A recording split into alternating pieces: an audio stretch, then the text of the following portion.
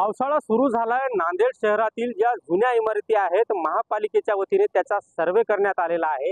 नांदेड शहरामध्ये जवळपास 126 अशा जुन्या आणि जीर्ण इमारती आहेत की त्याच्यामुळे भविष्यामध्ये मोठी दुर्घटना होऊ शकते अशा या इमारती आहेत। महापालिकेने याचा सर्वे सुरू केलाय।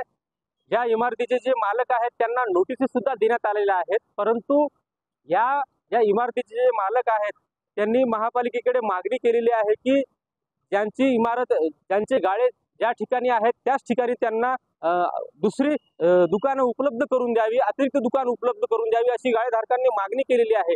परंतु या गाळेधारकांनी अद्यापर्यंत ही दुकाने खाली केलेली नाहीत, या इमारती खाली केलेल्या नाहीत।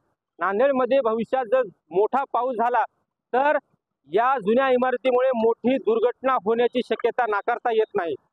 यशपाल भोसले, TV9 मराठी, नांदेड।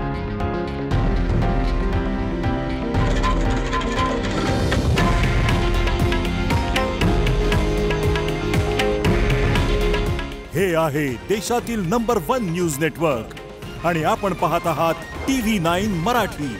काळजी तुमची, हित महाराष्ट्राचं।